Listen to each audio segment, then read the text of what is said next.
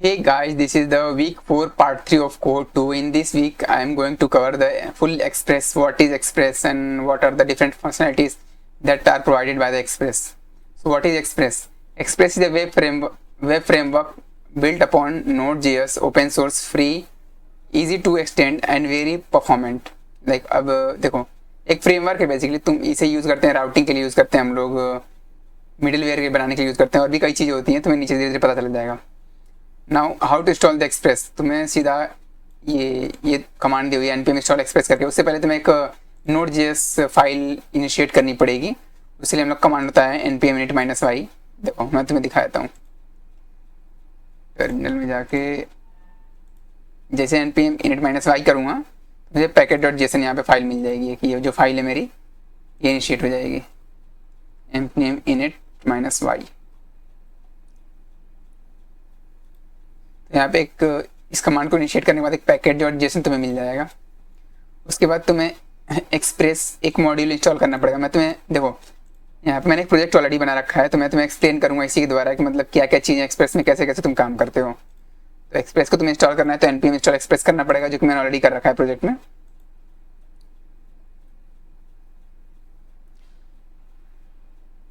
उसके बाद एक्सप्रेस को कैसे इंपोर्ट करते हैं, ये होता है सिंटैक्स एक्सप्रेस को इंपोर्ट करने का. और किसी को इंस्टेंस अगर क्रिएट करना है, मुझे एक इंस्टेंस मतलब एक एक्सप्रेस का एक इंस्टेंस क्रिएट करना है, तो मुझे ऐसे करना पड़ेगा. कॉन्स्ट ऐप, यहाँ कुछ भी नाम तुम कुछ भी लिख सकते हो, ये वेरिएबल है. उसके बाद एक्सप्रेस. अब ये राउटिंग है, app dot gate, app dot post. कई मेथड्स होते हैं कि मतलब डेटा को हम लोग पोस्ट करते हैं या गेट करते हैं. उसके लिए app dot get slash request response, यहाँ पे लिखे हैं response dot send hello world. App dot listen port number, इसको हटा भी सकते हैं, इसी को जरूरत नहीं है अभी इस लाइन की. और यहाँ पे पोर्ट डिफाइन, बेसिकली एक्सप्रेस के द्वारा हम लोग पोर्ट भी डिफाइन करते हैं कि कौन से पोर्ट पे हम लोग का फ्रंट एंड चलेगा, कौन से पोर्ट पे हम लोग का बैक एंड एंटरटेन होगा. तो इसका सिंटेक्स होता है ऐप डॉट लिसन 3000. यहाँ पे इसको भी तुम यहाँ से हटा सकते हो, ये जो है पोर्शन लिखा हुआ है.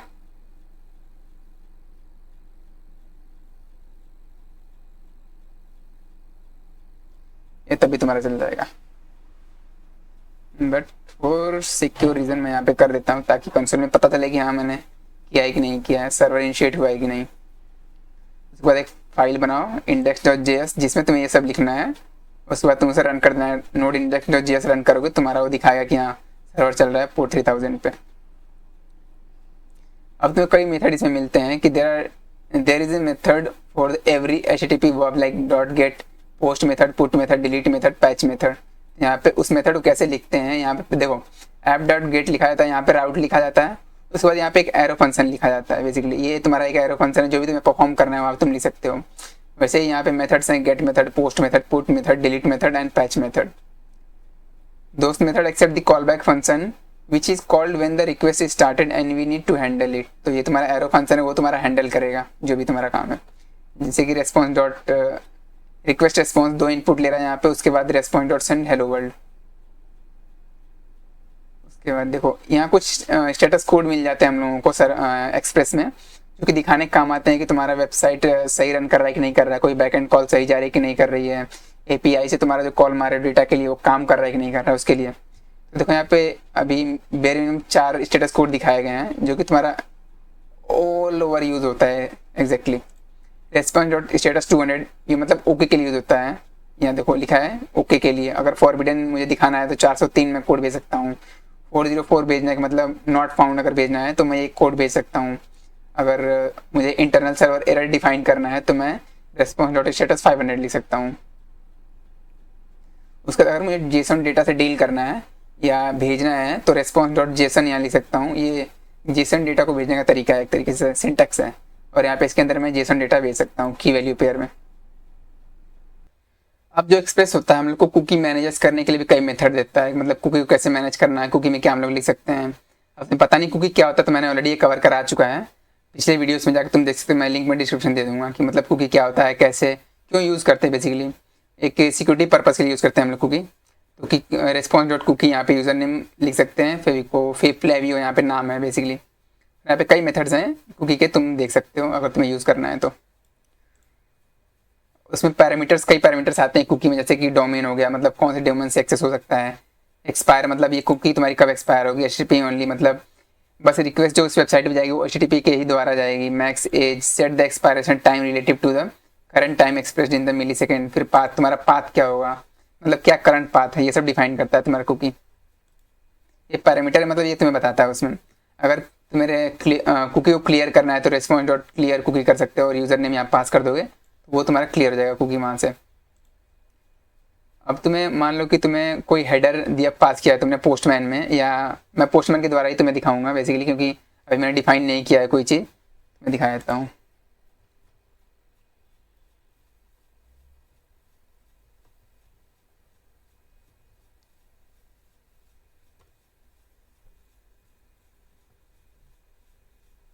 तो अगर जैसे कि अगर हम लोग कोई UI डेवलप नहीं करते हैं पहले फ्रंट एंड, तो हम लोग बैक एंड अगर मुझे कॉल मारनी है तो बैक एंड को हम लोग इसी के द्वारा दिखाते हैं, पोस्टमैन के द्वारा ही टेस्टिंग करते हैं कि मतलब सही हमने API लिखी है नहीं बैक एंड की।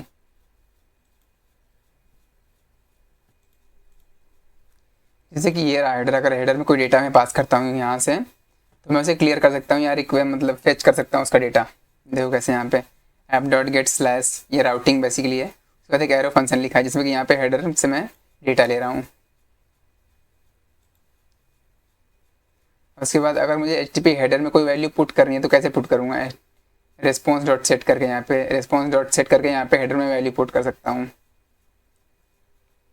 अब मुझे मान लो कि कोई वेबसाइट से किसी और को रीडायरेक्ट करना है किसी और URL पे, तो उसका भी यहाँ पे एक्सप्रेस हम लोगों को एक मेथड प्रोवाइड करता है, रेस्पॉन्स डॉट रीडायरेक्ट करके, और यहाँ पे सीधा URL का हम लोग नाम लिख देंगे स्लैश गो देयर, या जो भी होगा तुम्हारा URL का नाम, राउटिंग।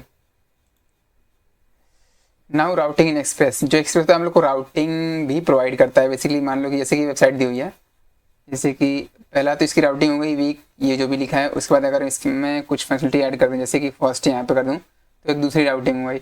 इसके बाद कुछ और मैं लिख दूँ, जैसे कि सेकंड तो यहाँ दूसरी राउटिंग हो गई। उसके बाद पेज लिख दूँ तो तुम्हारी तीसरी राउटिंग हो गई। तो ये राउटिंग एक तरीके से हम लोग को प्रोवाइड करता है एक्सप्रेस, मतलब कैसे हम लोग राउटिंग कर सकते हैं।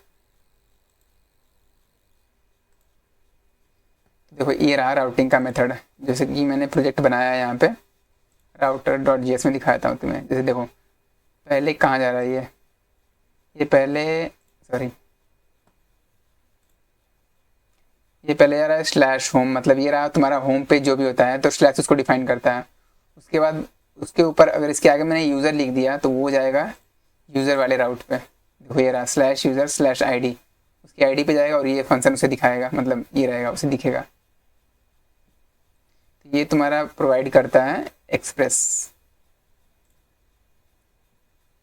ये रहा, जैसे कि अगर इस राउट पे तुम जाओगे slash upper slash the value, ये बेसिकली पैरामीटर है यहाँ पे। तो यहाँ पे तुम पास करो रेस्पॉन्स और रिक्वेस्ट, उसके बाद शो कर रहे हो response dot send request dot parameter, ये तुम पैरामीटर निकाल रहे हो और यही शो कर रहे हो the value to upper case, उसे अपर केस में डाल के दिखा रहे हो।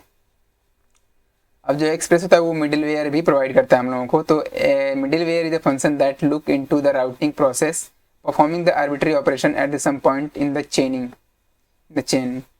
तो ये रहा तुम्हारा मिडिल वेयर जो हम लोग डिफाइन करते हैं, उसका सिंटेक्स है कि ऐप डॉट यूज, ये रहा तुम्हारा मिडिल वेयर। 3 पैरामीटर लेता है, रिक्वेस्ट, रेस्पॉन्स और नेक्स्ट। तो नेक्स्ट जो पैरामीटर होता है वो डिफाइन करता है कि किसी अगर नेक्स्ट मुझे मिडिल वेयर पे जंप करना है तो इस नेक्स्ट के थ्रू मैं नेक्स्ट मिडिल वेयर पे जंप कर सकता हूँ। ये देखो मैंने एक मिडिल वेयर बना रखा है यहाँ पे, my middleware is equal to request response next, और यहाँ पे इसके बीच में कोई भी लॉजिक लिख सकता हूँ, उसके बाद नेक्स्ट लिख सकता हूँ ताकि ये नेक्स्ट मिडिल वेयर पे जंप कर जाए। मतलब कोई अगर मुझे प्री चेक डालना है कि कोई यूज़र है और मुझे देखना है कि उस यूज़र को एक्सेस है कि नहीं दूसरे पेज पे जाने के लिए, तो मैं मिडिल वेयर का यूज़ करूँगा। ये मैंने मिडिल वेयर लिखा हुआ है। अब यहाँ पे लिख रहा हूँ कि app dot get slash my middleware, जो मैंने यहाँ डिफाइन किया था, अब उसे चेक कर रहा हूँ कि यूज़र को एक्सेस है कि नहीं। उसके बाद मैं रिक्वेस्ट रेस्पॉन्स डाल के यहाँ पे प्रिंट करा रहा हूँ। Now the next topic is how to send the file to the client. मान लो कि बैकएंड मेरे पास कोई फाइल पड़ी हुई है PDF फाइल और मुझे उसे क्लाइंट को भेजना है, तो मैं कैसे भेजूँगा। उसके लिए एक सिंटेक्स है यहाँ पे, देखो यहाँ पे मैंने एक्सप्रेस इंस्टॉल कर रखा है, पहले इंपोर्ट कर रहा हूँ, उसके बाद ऐप इंस्टेंस क्रिएट कर रहा हूँ।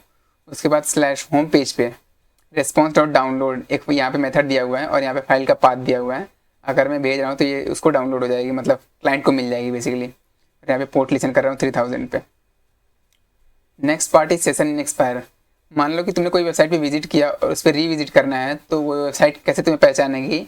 तो वेबसाइट को तुम्हें एक सेशन बना के दे सकती है एक तरीके से, ताकि तुम्हें वो पहचान सके, दोबारा तुम कॉल मारो तुम्हें सेशन से पता चल जाएगी वेबसाइट को कि तुम ही हो वो। By default Express request are sequential and no request can be linked to another. There is no way to know if the request come from the client that has already performed a request previously. अब इसको use करने के लिए तुम्हें एक module install करना पड़ेगा अपने में, library npm install express session करके। उसके यहाँ पे देखो app.use सेशन, और सेशन में तुम्हें एक सीक्रेट की पास करनी पड़ेगी यहाँ पे। अब मान लो कि कोई यूज़र है, उसने इनपुट तुम्हें दे रखा है, ठीक है, क्लाइंट साइड से।